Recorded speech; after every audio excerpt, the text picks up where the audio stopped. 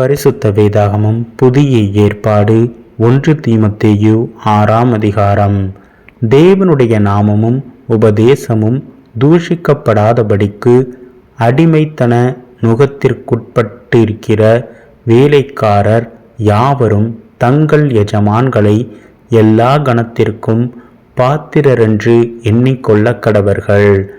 விசுவாசிகளாகிய எஜமான்களை உடையவர்கள் தங்கள் எஜமான்கள் சகோதரராயிருக்கிறதினாலே அவர்களை அசட்டை பண்ணாமல் நல் வேலையின் பலனை பெற்று கொள்ளுகிற அவர்கள் விசுவாசிகளும் பிரியமாயிருக்கிறபடியால் அவர்களுக்கு அதிகமாய் ஊழியம் செய்ய கடவர்கள்.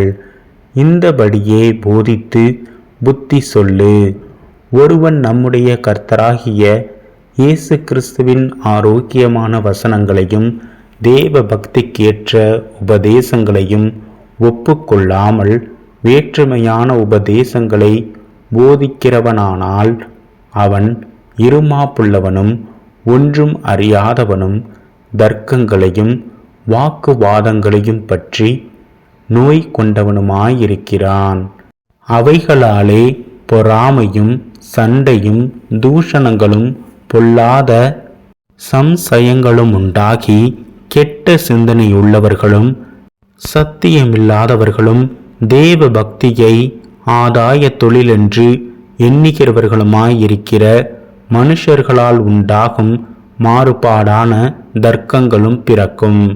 இப்படிப்பட்டவர்களை விட்டு விலகு. போதுமென்கிற மனதுடனே கூடிய தேவ பக்தியே மிகுந்த ஆதாயம்.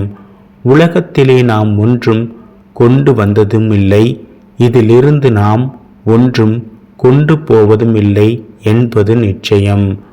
உண்ணவும் உடுக்கவும் நமக்கு உண்டாயிருந்தால் அது போதுமென்று இருக்க கடவோம். ஐஸ்வர்யவான்களாக விரும்புகிறவர்கள் சோதனையிலும் கண்ணியிலும் மனுஷரை கேட்டிலும் அழிவிலும் அமிழ்த்துகிற மதிக்கேடும் சேதமுமான பலவித இச்சைகளிலும் விழுகிறார்கள். பண ஆசை எல்லா தீமைக்கும் வேறாயிருக்கிறது. சிலர் அதை இச்சித்து விசுவாசத்தை விட்டு விலகி அநேக வேதனைகளாலே தங்களை உருவ குத்தி கொண்டிருக்கிறார்கள். நீயோ தேவனுடைய மனுஷனே, இவைகளை விட்டோடி நீதியையும் தேவ பக்தியையும் விசுவாசத்தையும் அன்பையும் பொறுமையையும் சாந்த குணத்தையும் அடையும்படி நாடு. விசுவாசத்தின் நல்ல போராட்டத்தை போராடு. நித்திய ஜீவனை பற்றிக்கொள்.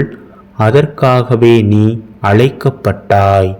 அநேக சாட்சிகளுக்கு முன்பாக நல்ல அறிக்கை பண்ணினவனுமாயிருக்கிறாய். நம்முடைய கர்த்தராகிய இயேசு கிறிஸ்து பிரசன்னமாகும் வரைக்கும் நீ இந்த கற்பனையை மாசில்லாமலும் குற்றமில்லாமலும் கை கொள்ளும்படிக்கு எல்லாவற்றையும் உயிரோடு இருக்கச் செய்கிற தேவனுடைய சந்நிதானத்திலேயும் பொந்தியு பிலாத்துவின் முன்னின்று நல்ல அறிக்கையை சாட்சியாக விளங்க பண்ணின கிறிஸ்து இயேசுவினுடைய சந்நிதானத்திலேயும் உனக்கு கட்டளையிடுகிறேன். அந்த பிரசனமாகுதலை தேவன் தம்முடைய காலங்களில் வெளிப்படுத்துவார்.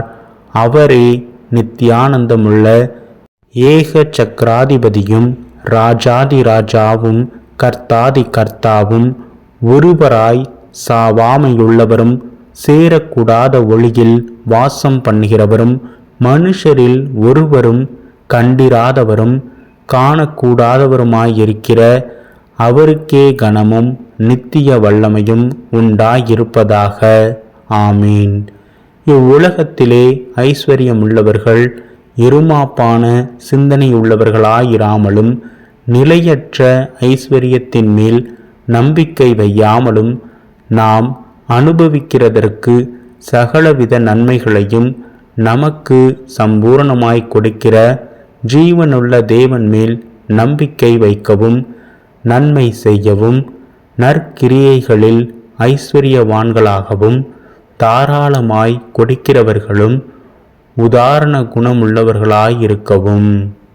நித்திய ஜீவனை பற்றி கொள்ளும்படி வருங்காலத்திற்காக தங்களுக்கு நல்ல ஆதாரத்தை பொக்கிஷமாக வைக்கவும் அவர்களுக்கு கட்டளையிடு.